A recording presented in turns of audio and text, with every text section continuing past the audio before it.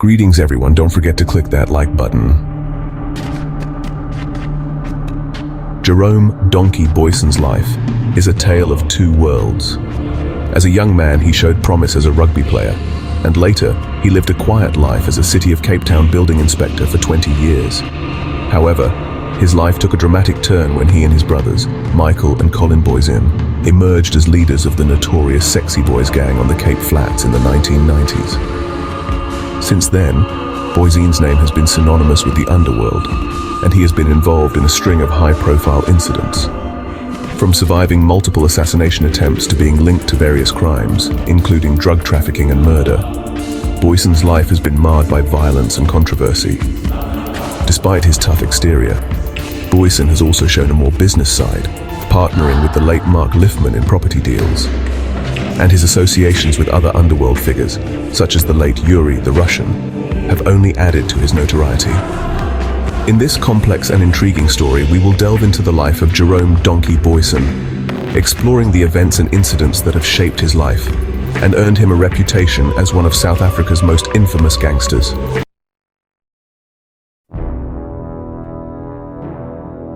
In the 2000s, Cyril Beaker went on to have a major fallout with Yuri the Russian, and the two ended up despising one another. Beaker's reign didn't last.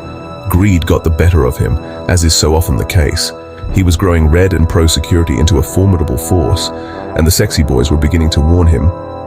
In around 1999, he was run out of town. Becker moved to Joburg, while his right-hand man Jacques Cronje fled to Durban. They were persona non grata in Cape Town. In his place, Yulianitsky took over as the gang favorite until the Russian was taken out in May 2007.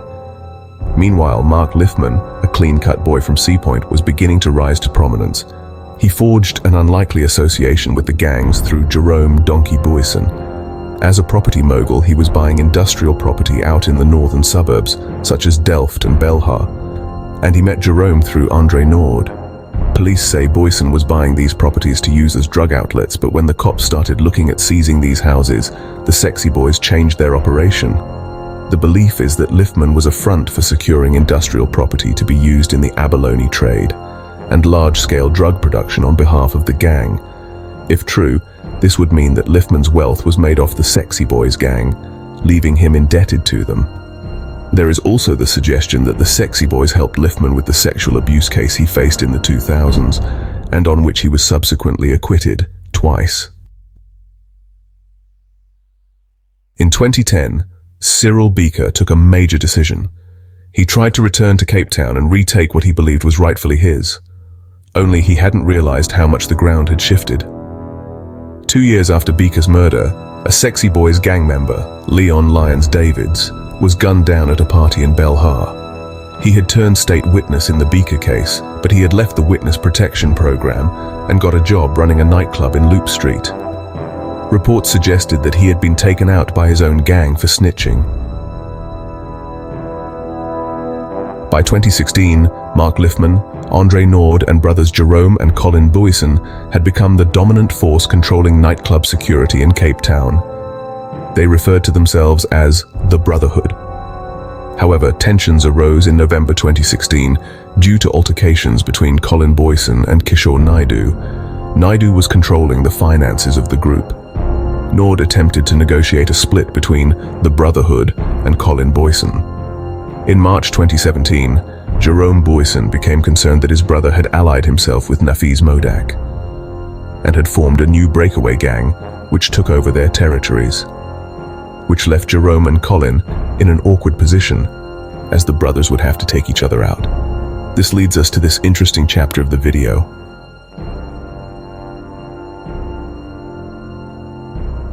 On the evening of May 8, 2017, a violent shooting unfolded in Ravensmead's Eureka estate, Cape Town, leaving one person dead and several others injured. Among those caught in the crossfire was Jerome Donkie Booysen, the alleged leader of the Sexy Boys gang. The incident occurred around 7:15 p.m. on 40th Street, where Booysen sustained a neck injury. His lawyer at the time was the late Pete Mihalik. He confirmed the shooting but stated he had no further details at the time.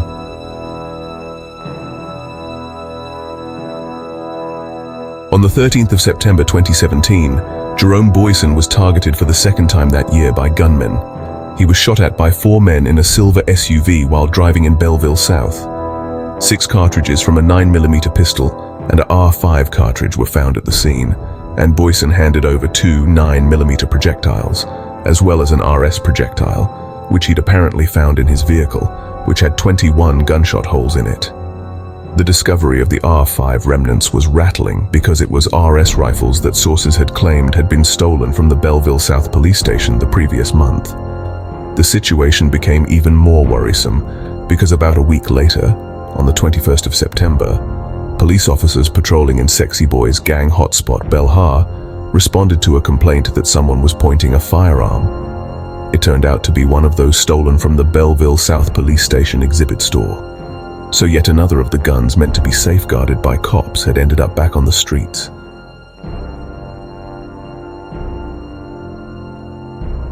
The university town of Stellenbosch was the next crime scene, and the venue was the town's branch of the cocktail bar restaurant Cubana.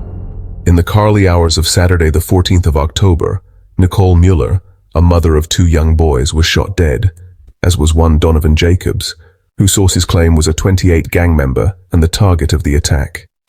Jacobs had been shot while fleecing his killers, and Mueller, who was at Cubana celebrating a friend's birthday, had just been in the wrong place at the wrong time. There were several claimed theories about this shooting, with sources with ties to policing saying that it was linked to retaliation for the attack on Jerome Booysen, others saying that Jacobs had found himself on the wrong side of the mobsters and was therefore eliminated, and another claiming that the shooting was a result of fighting over drug turf between the 27 and 28 gangs. Late, fingers started pointing to links in a massive Perlemoen smuggling case, describing the spate of shootings that had been tearing up Cape Town since the start of the fresh club security turf war to this point. A police investigator said, "It's all related to the nightclub industry and nightclub scene."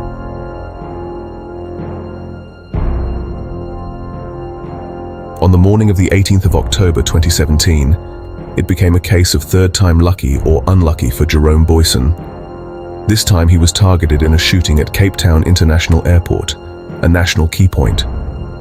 5 of 23 bullets struck Jerome, putting him in hospital for a week. Claims then surfaced by figures in the underworld that the very next evening 2 men, one of them disguised as a woman, apparently tried to make their way into the Cape Town hospital in which Jerome Booysen was being treated. It's claimed that a team of men linked to Nafeez Modak were stationed at the hospital, including, apparently, Colin Booysen, who had temporarily forgotten his fallout with his brother in the face of Jerome's serious injuries, and that they somehow identified one of the 2 men, whom they intercepted and slapped around. Some believed this man had been after Colin, not Jerome.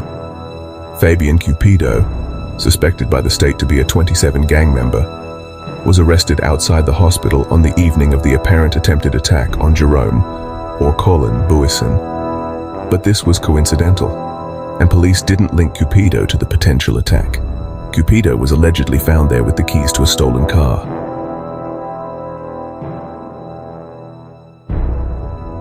On the evening of the 8th of March 2018, unsubstantiated claims were made that one of Modak's vehicles was shot in Plattekloof. And not even 2 weeks later, on the evening of the 23rd of March 2018, 3 sources insisted that Jerome Booysen had again been targeted in a shooting, this time in Mitchell's Plain, but that he'd been in a bulletproof vehicle at the time and hadn't been wounded. Police confirmed that there'd been a shooting in the area, but said that nobody had lodged a case with them. The next day, Jerome Booysen denied that he'd been shot at and said it was just people making stories. Claims also surfaced that Jerome Booysen was shot at on the afternoon of the 24th of April 2018 while in a bulletproof vehicle and that he'd been unharmed. Booysen dismissed this story too.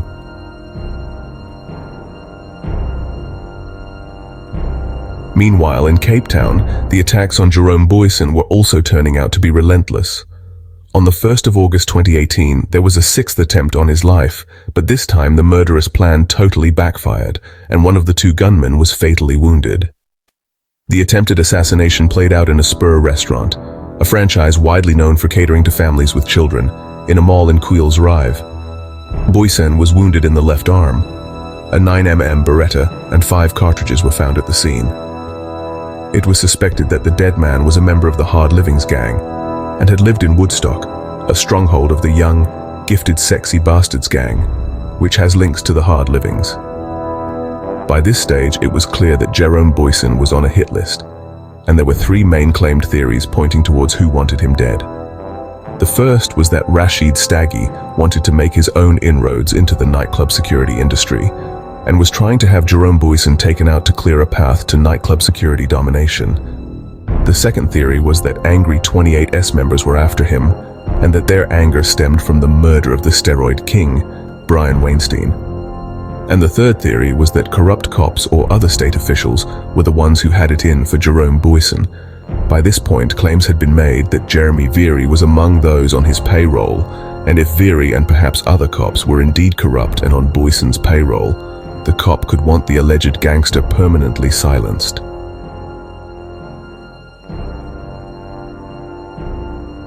Just 4 days after Jerome Booysen was again targeted, another killing churned up deep underworld tensions. Late on the evening of Sunday the 5th of August 2018, word started spreading that Carl Lakai, one of Modak's 4 co-accused in the Cape Town extortion case, had been murdered. He was shot twice in the head while sitting in his car outside a house in Goodwood in Cape Town's northern suburbs.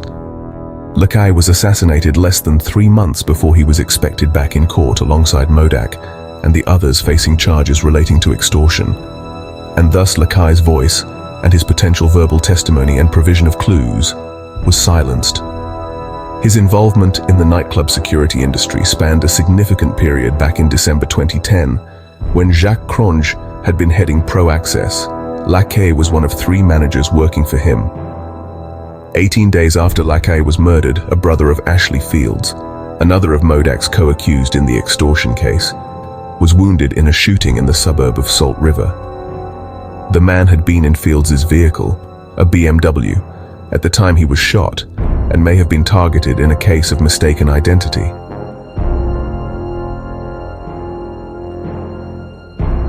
It was on the 28th of December 2020 when Jerome Donkie Booysen once again found himself in the crosshairs of an attempted assassination. The scene was the Durbanville Memorial Park in Cape Town, where Booysen had been attending a funeral, paying respects to the deceased. As mourners stood in solemn reflection, a blue Mazda suddenly pulled up beside the gathering. In an instant, the peace was shattered as gunfire erupted from within the vehicle. Booysen, long rumored to be the leader of the Sexy Boys gang, was believed to be the intended target. Remarkably, no one, including Booysen, was injured in the dramatic attack.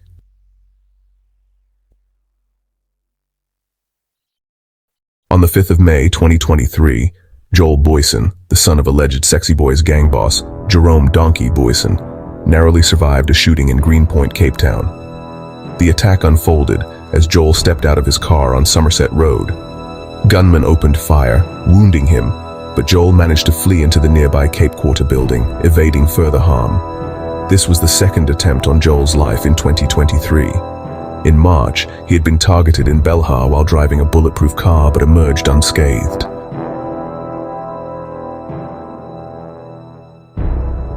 On November 3, 2024, Mark Lifman, Jerome Booysen's friend, was killed in a targeted shooting at the Garden Route Mall in George. Lifman, who had long been associated with organized crime and controversies, was shot multiple times in the parking lot and died at the scene. The incident raised questions about how such a high-profile individual, typically surrounded by security, became vulnerable. Jerome Donkie Booysen, the alleged leader of the Sexy Boys gang, paid his respects to Lifman during after his funeral. With his son, the two were known associates, with Booysen previously seen alongside Lifman during court appearances involving various criminal charges. Lifman's death added to the ongoing violence within Cape Town's underworld, highlighting the dangerous rivalries and power struggles among key figures in organized crime. At the moment, there's a lot of people talking bad because he's not there to defend himself. Yes. So everyone will come with stories. Yes. Like that. But the person that, I know, he's just being too good to everyone. And I mean, he's been like a bonus there to me. And he always wanted the best for me. Taught me proper business. Always told me, his main words was always just to tell me that, Joel, just make sure you always do the right thing in life. And like I say, that's what I'll cherish for the rest of my life, and I'll make sure I live up to that. How did you feel when you heard about his passing? Recount that day for us. Yeah, so I just broke down. That's all. I just said nothing else is going to bring him back. Understand? All I did was, well, my dad was completely broken, as well as me.